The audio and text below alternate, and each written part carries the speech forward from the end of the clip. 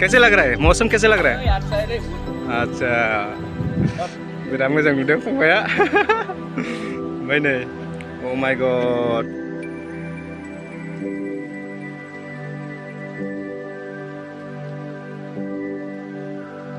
बेयो जाहैबाय मुम्बाइ नोगोर गोबां मानसिफ्रा थांलाय फैलाय बे लामाजों खालामो आरो बेवहाय थांलाय फैलायनि गोबां ट्राफिक जायो बे सोहोराव जेनिबो आंखाल गैया जाय जि खामानिखौ नागिरना फैयो बै खामानिखौ मोननो हायो आरो जोंबो बै सिटियावनो मानिबा मोनसे थांखि लानानै फैदोंमोन फैदो बिदिब्ला नायलांदिनि hello guys welcome back to my YouTube channel तो नोंथांफोरखौ आंनि यूट्यूब चैनलाव बरायनाय थाबाय आंनिफ्राय आं दा बबाव थांनो नागिरदों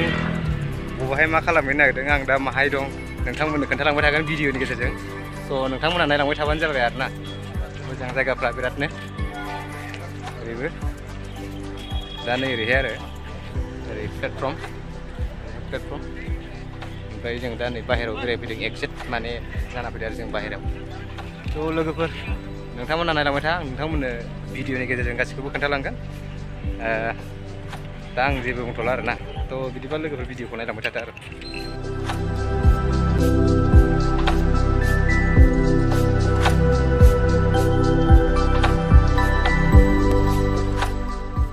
My God, অবস্থা ya telah seberang terbuka Kosto Ramro Chao Oh my God Musta oरैबायदि आरोना नै रुमा बेनो जोंनि आरो नै फंबाय सासे दङ नैयाव सासे नै गोजौआव सासे नुला दा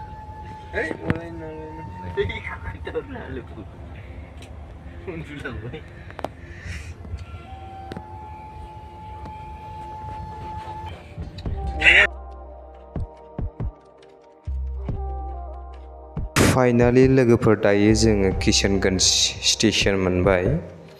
बेवहाय जोंनि ट्रेना 2 मिनिट्स लाखिनाय जागोन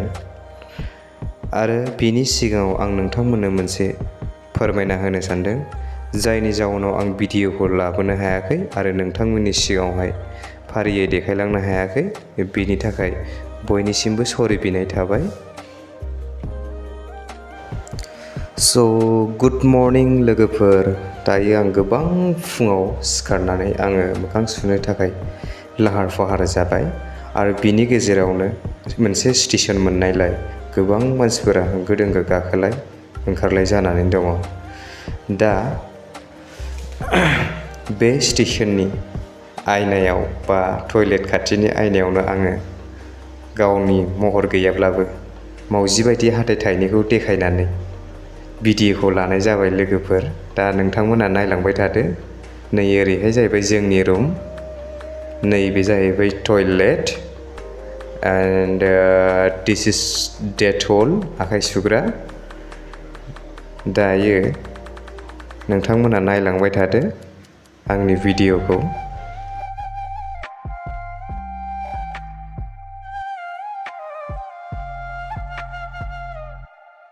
लोगोफोर दायो आङो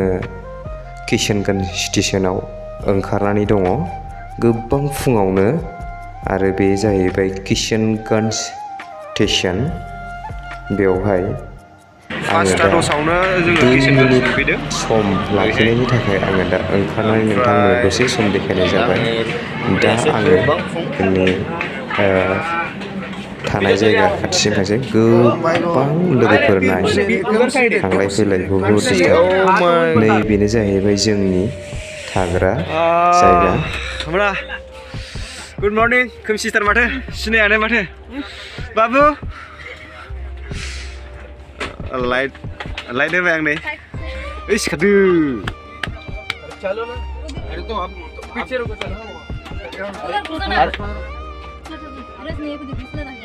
अरे आप लोग निकल जाइए ना आप लोग थोड़ा सा अंदर आ जाइए ना उन लोग को निकलने दीजिए भैया Wah, जोंना फंबाया नै गला सासेया हय केन्ट'ना होनना दंनो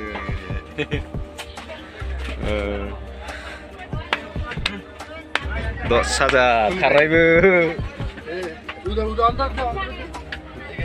देलाय सोर जाखो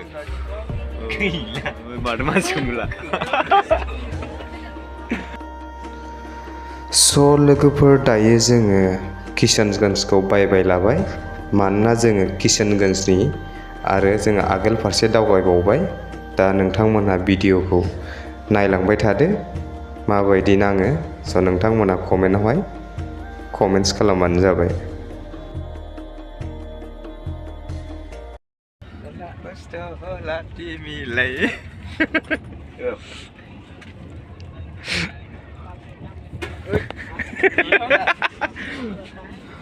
दही ठंडा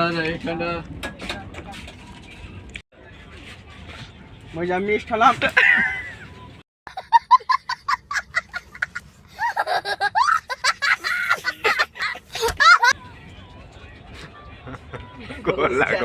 Golago agak di dalam malah. Ya, hai.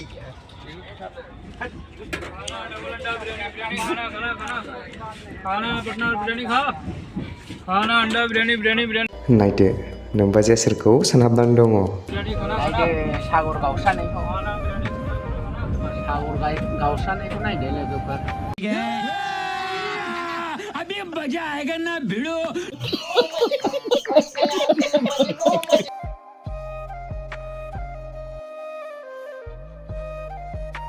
तो लोगोफोर आं बांद्राय भिडिअखौ बानायबाय थादिया बेसे बानायबो मोनदों ओमफ्राय बांद्राय इसिबां भिडिअ बानायनोबो बांद्राय मजा नाङाखै आरो ना थेवब्लाबो माने फैनायजों लोगोसे दा आङो फार्स्ट भिडिअखौहाय रङियाव लादोंमोन ओमफ्राय बिनिफ्राय लास्ट आंनि माबायाहाय किशनगन्जमोन बेयावहाय स्टार्ट खालामदोंमोन आं ओमफ्राय दा किशनगन्जनिफ्राय फैनानै आं दा आपकामिं स्टेशन माबा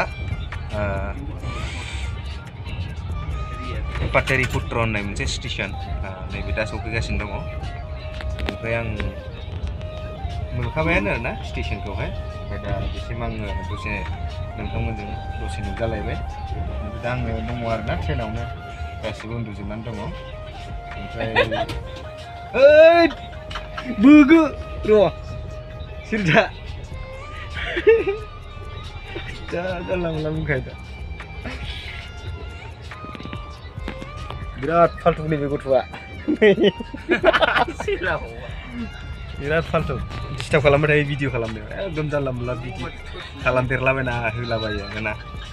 गथ'आ एसे क्रेक नांनायलै इयो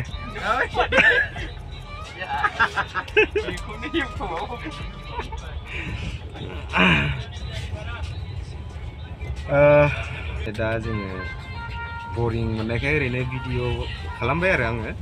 दा ओमफ्राय आं बांसिन स्टेशन नोंसोरनो नोंथांमोननि थाखाय आं बांद्राय एक्सप्लर खालामना होनो हायासै बिनि थाखाय नोंथांमोनसिम सरि आं आरो सिगां आरो आं नोंथांमोनसिम मोनसे बाथ्रा खोन्थाना होबावनि सिगां सर्ट मुभि लाबोयोमोन नालाय आं दा लाबोथ'नो हानाय नंला मानि थाखाय होनोब्ला आङो दा एसे गोजान जायगायाव थांदों एसे मानि प्रब्लेमनि थाखाय थ'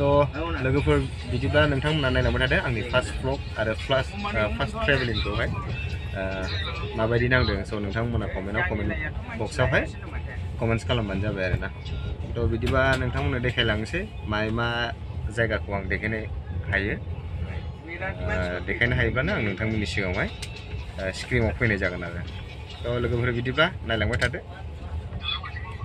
थ' लोगोफोर दायो आङो दानापुर जंसन बारबाय दा फैगासिनो उफादया स्टेशन स' दा आङो ओरैनो बरिं मोननायखाय बेयाव फैबाय आरो नोंथांमोना आङो माखासे बांसिनखौनो आङो जेबो देखायनो हाखायाखै नालाय बेनिखायनो दा नोंथांमोननो माखासे नोजोराखौ देखायनो नोंथांमोना नायलांबाय थाबानो जाबाय आरोना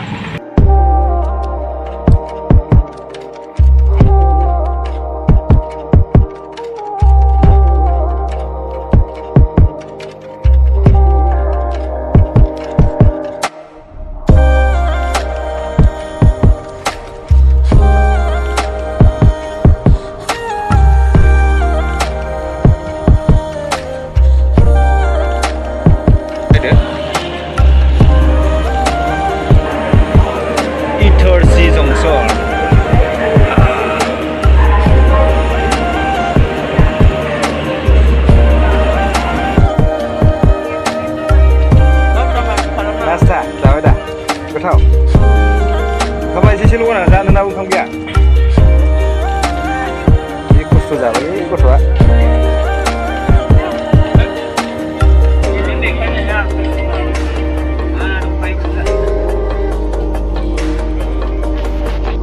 लोगोफोरजों दायो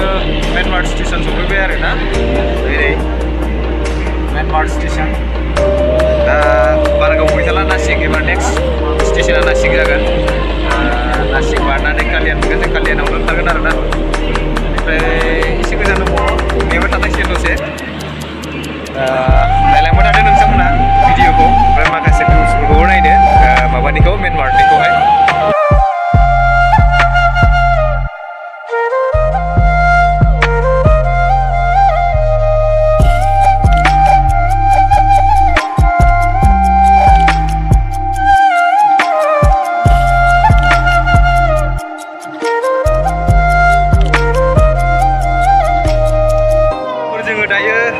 कालियान सफैबाय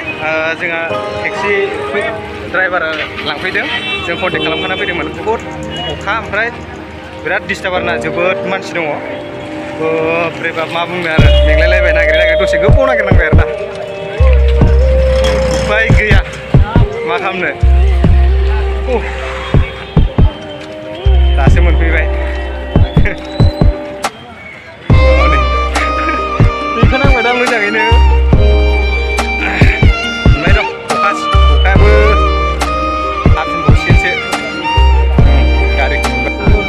फाइनली दाइए जो नहीं दा टैक्सी गाखोबाय